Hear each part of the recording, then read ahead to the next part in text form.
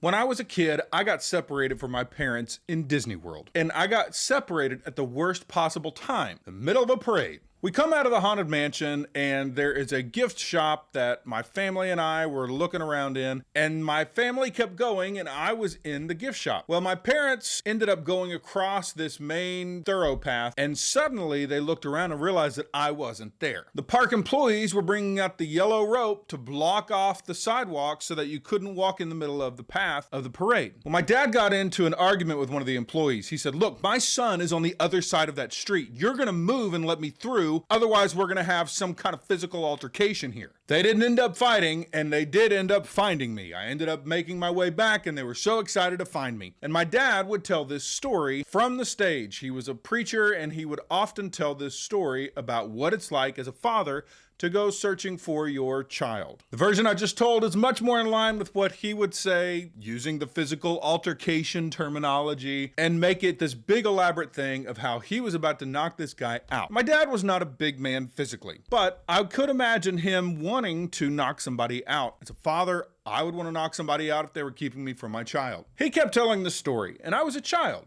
And I felt bad because the version that he told was a little different than what my experience had been. He often would say that I got lost. That was not the case. I was feeling bad because nobody was paying attention to me. Every time we would go somewhere, they would all start walking away, and it was up to me to keep an eye on them to make sure that I wasn't left behind. After about the third or fourth time of being left behind, about 100 yards away, I decided I was going to do something to make a statement, to show them that they needed to keep an eye on me because I might get lost. So we come out of the Haunted Mansion, and we're all looking in the gift shop right there, and they start to leave, and nobody's looking for me, and I'm watching and waiting, and no, they're gonna start missing me. So I just started meandering through Disney World by myself, 10, 11 years old, but fully aware that they may start looking for me any minute now. I knew the direction that they went, and even though I didn't see my dad having this conversation with the employee about the parade about to start, once the parade started, I was on the other side, but I kind of had an idea where they were. So as soon as it was done, I went walking very, very quickly to that place so that we could reunite. Several years later, I finally did tell my dad the truth of what actually happened, and he kind of laughed about it, but he didn't change the way he told the story. It was his experience. It was very, very real to him that I was lost, and there was somebody who was keeping him from reaching me. He didn't know what danger I was in, but he knew the person who was keeping him from reaching me and protecting me, and he was going to do something about it. I randomly thought about that story today because I saw more and more headlines of just the crap that's going on in our government and the poor decisions that are being made. And again, the consequences that my children are going to have to pay. I don't know if you're paying attention to them. I don't know how up to date you are on things that are actually happening, but I really, really do encourage you to start looking. Don't just look at mainstream media. You can even go on to the .gov websites and read for yourself the crap that's coming out and the things that they're voting on, the things that are going to have a major impact on us in the future and our children and our grandchildren.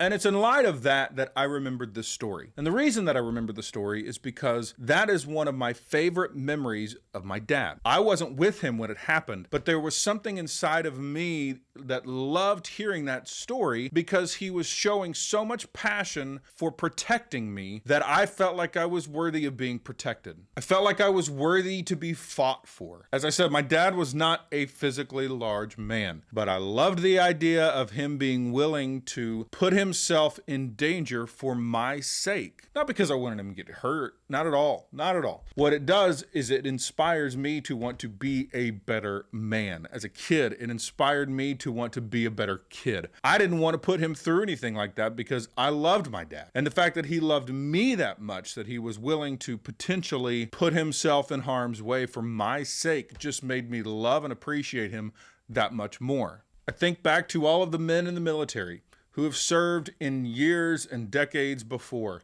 who fought for me, who fought for my family.